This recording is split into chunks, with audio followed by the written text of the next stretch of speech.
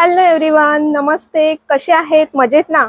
मी रेश्मा, स्वागत आहे तुमचं माझ्या यूट्यूब चॅनलवरती.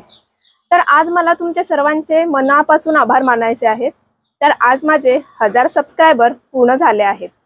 तर तुम्ही माझ्या चॅनलला सबस्क्राईब केलं, माझे व्हिडिओ बघता, लाईक केलं, त्याच्यासाठी परत एकदा मनापासून आभारी आहे. तर गेल्या 1 महिन्यापासून मी तुम्हाला रत्नागिरीचे खूप काही व्हिडिओज दाखवले.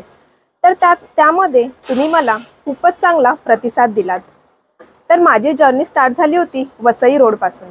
या जर्नीमध्ये आपण खूप सारे बोगदे बघितले, सुंदर असे नजारे बघितले, छोटे मोठ्या नद्या बघितल्या, हिरवेगार झालेले डोंगर बघितले आणि सुंदर असे धबधबे बघितले.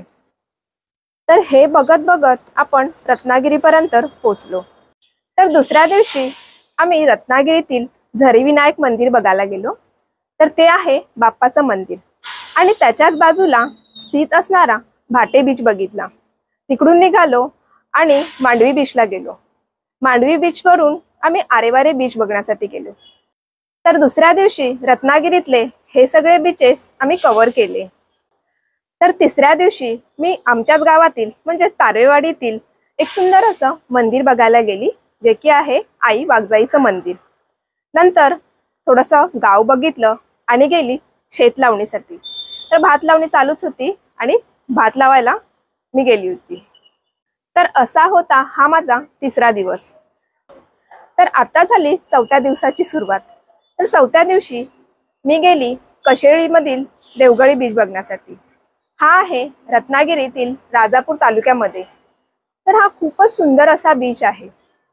तर नंतर तिकडून निघालो आणि पानवल गावातील एक सुंदर असं पानवलचा धबधबा बघण्यासाठी. तर हे सगळं आपण रत्नागिरीच्या व्हिडिओमध्ये बघितलं. तर रत्नागिरीची ही ट्रिप मी 4 पार्टमध्ये केली आहे. जर तुम्ही बघितली नसेल तर याची लिंक मी डिस्क्रिप्शनमध्ये दिली आहे. तर ह्याच्या पुढचा पण प्रवास मी करणार आहे, तो असणार आहे रत्नागिरी टू गोवा. तर याचे व्हिडिओही माझ्या चॅनलवरती येणार आहेत. तर तेही तुम्ही नक्कीच बघा. तर परत एकदा सर्वांचे मनापासून आभार. तर असेच माझे व्हिडिओ तुम्ही बघत राहा आणि कोणी माझ्या चॅनलवरती नवीन असाल तर सबस्क्राईब ही नक्की करा. तर आता नवीन नवीन व्हिडिओ येतील, तेही तुम्ही नक्की बघा. तर आता हा व्हिडिओ संपवते आहे आणि आतासाठी बाय.